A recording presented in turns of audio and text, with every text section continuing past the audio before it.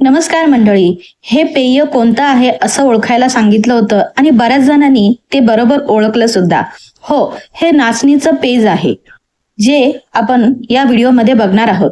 ही recipe खरं तर यांच्या मामांच्या घरी केली होती.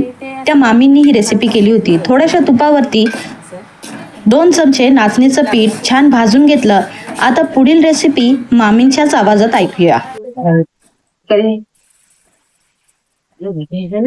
गुठळ्यावर गुठळी नाही झाली पाहिजे अशी फक्त भाकर ठेवायचं. गुठली खोडाची त्यामध्ये आणि ते हे होईपर्यंत घाटायची शिजसपर्यंत.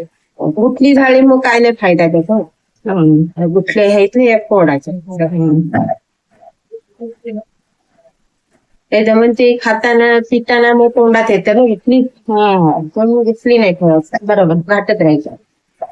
जेव्हापर्यंत शिजत नाही ना घट्ट तेव्हापर्यंत ते घाटत राहायचं. किती मिनिटात शिजते? शिजते लगेच लगेच शिजवायचं. शिजली तरी समजायला बघ तुला. आपण सावराची मुगाची डाळ मुगाची डाळ भिजवायची, भिजवायची. गुळ घातला ना आता? हा गुळ. आणि मग ते अशी घाटत घ्यायची, थोडी भाजून घ्यायची मुगाची डाळ आणि मग भिजवायची. कंटिन्यू हलवा लागतो का? हलवायला लागतं. गुठळ्या होतात. आता गुठली काही नाही ना झाली. गुळ आहे. गुळ आहे, हा. गुळ आहे. आता गुळ ते गुठली नाही.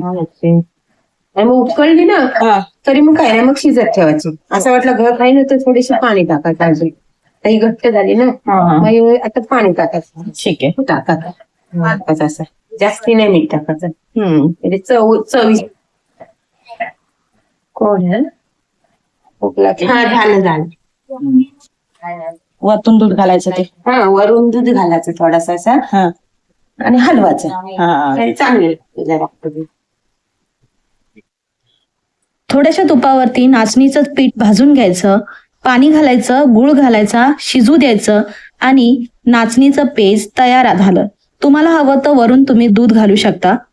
तर हे साधं सोपं नाचणीचं पेज उन्हाळ्यामध्ये भूक लागत नाही तर नक्की ट्राय करा, कारण की हे हेल्दी आहे.